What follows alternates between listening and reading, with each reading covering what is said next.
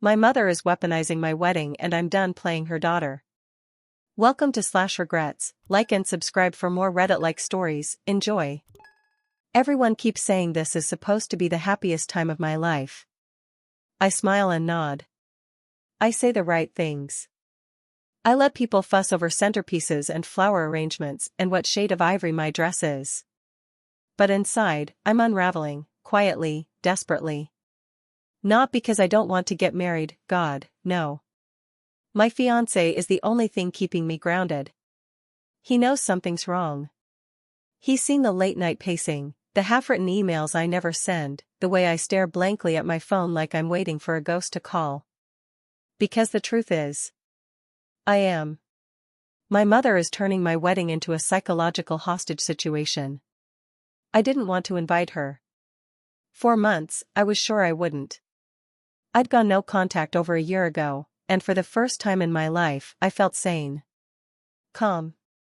Free. And then the wedding plans started. And the guilt came back. Not mine, hers. The guilt she trained into me since I was old enough to understand fear. She didn't even reach out when I got engaged. Not to say congratulations. Not even a passive-aggressive emoji. But somehow, word spread through the family. My cousin told me she cried when she found out. Cried because she wasn't involved. She told everyone she was heartbroken that her only daughter had abandoned her. She didn't say a word to me. But the performance had begun. Growing up, I thought I had a complicated mother. Now I know better. I had a narcissist. A textbook one. Charming to outsiders, cruel in private. People adored her, Teachers, neighbors, family, friends. She had a glow about her in public. She knew exactly how to present. But at home? She'd vacuum my room while muttering about how she should have had sons. She'd sigh dramatically when I got good grades, asking, "Why don't you ever make things easy for me?" She destroyed birthday gifts she didn't like. Once, I made her a card when I was 8. She laughed. "You forgot a comma," she said. And she tore it in half. When I was 12, I told her I wanted to audition for the school play. She said I was too plain for the stage. "You don't have stage presence," she said. "You're not magnetic like me." When I was 15, I started developing curves. She told me I looked cheap and made me change. She started criticizing everything, how I sat, how I laughed, even how I chewed. Nothing was ever good enough unless it served her. If I succeeded, she took credit. If I failed, it was proof I was nothing without her. And when I cried? She mocked me. There she goes again. The waterworks queen. Then came my stepdad. The first man I ever saw stand up to her. He adopted me when I was 10. Treated me like I mattered. Like I was real. He brought balance to our house, for a while. He gave me hope that maybe love wasn't a transaction. Maybe someone could care about me without needing to be worshipped in return. My mother hated it. She hated the way he looked at me with pride. She hated when we laughed. She hated when he picked me up from school and I ran into his arms. She started isolating him. Undermining him. Whispering that he didn't really understand us. "She's my daughter," she'd say.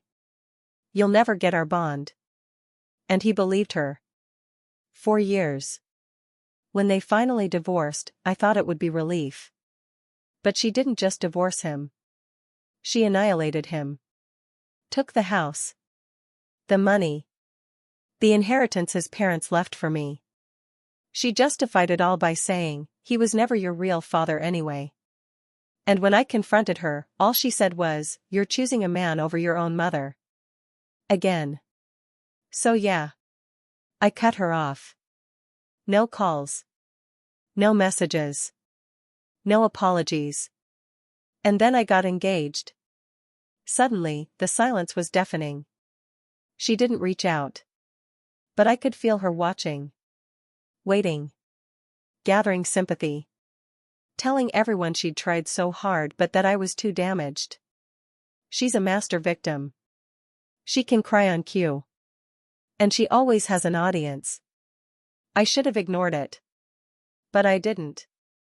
I invited her to the bridal shower. Just to test the waters.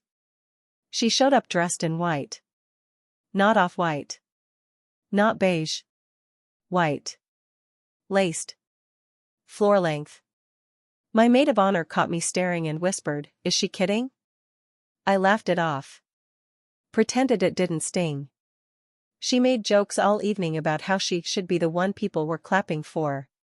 She said it lightly, with a smile, but her eyes never left mine. Every toast felt like a challenge. Every compliment I got, she answered with a louder story about how hard it was to raise me. She was always difficult, she said. Never satisfied. Never grateful.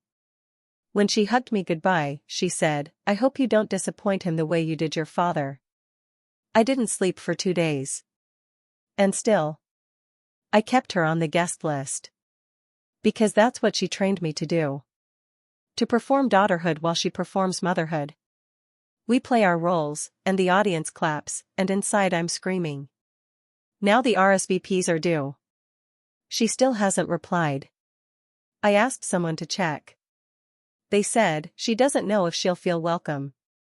That's her move. Flip the script.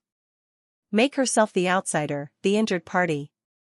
Meanwhile, I'm the one swallowing anxiety like pills. I'm the one losing sleep over whether she'll cause a scene or just be the scene. And the worst part? She wants me to feel this way. She thrives on it. On my torment. On my indecision. If she RSVPs late, she wins. If she RSVPs on time, she gets credit. If she doesn't RSVP at all, she gets to say I excluded her. There is no version of this where she comes to celebrate me. She'll come to be seen. To be photographed. To remind everyone she's still the most important woman in my life. She might cry. Or she might just stand in the back, arms crossed, judging everything. The dress. The flowers. The vows. She'll say I looked tired. She'll say the food was cheap. She'll tell people my dad's speech wasn't very moving. Because if the spotlight isn't on her, she'll burn the whole stage down. And just when I thought I could keep her in check, she cornered me. 2 days before the wedding. In my own kitchen. She arrived unannounced, said she was just dropping off a gift. I should have slammed the door. I didn't. I'm not here to argue, she said, but the venom in her voice said otherwise. I'm here to remind you who made you. She walked in like she owned the place, scanning everything as if searching for flaws to exploit, fake smile on her face, and said, "Wow.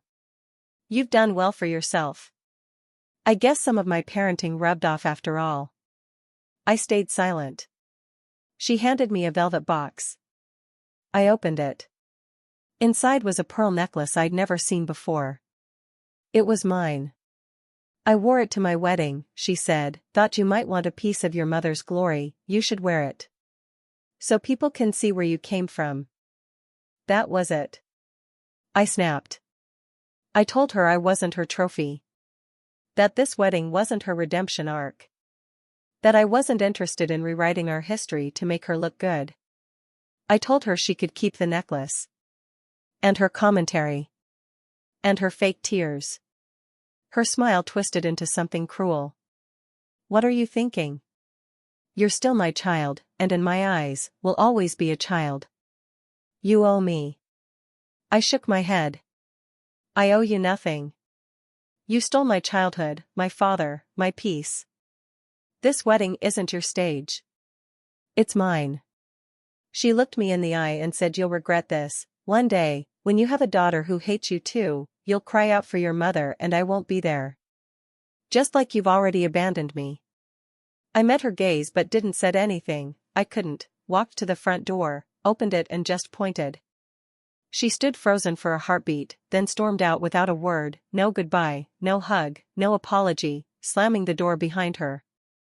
And I knew then, with absolute clarity, that I had done the right thing, felt like I was breathing again. So here's where I am, we rearrange the dates and I'm getting married in 3 weeks. I'm preparing myself to bury a parent who's still alive. Not because she's dead, but because she's already killed every version of a mother I ever needed her to be. I will walk down that aisle with dignity. Without begging. Without guilt. I will not chase her approval. I will not play her games. If she comes, but she no longer holds power here. The performance is over. And this time, the daughter takes center stage. So what you think? What would you do in their place? Share, like and subscribe for more.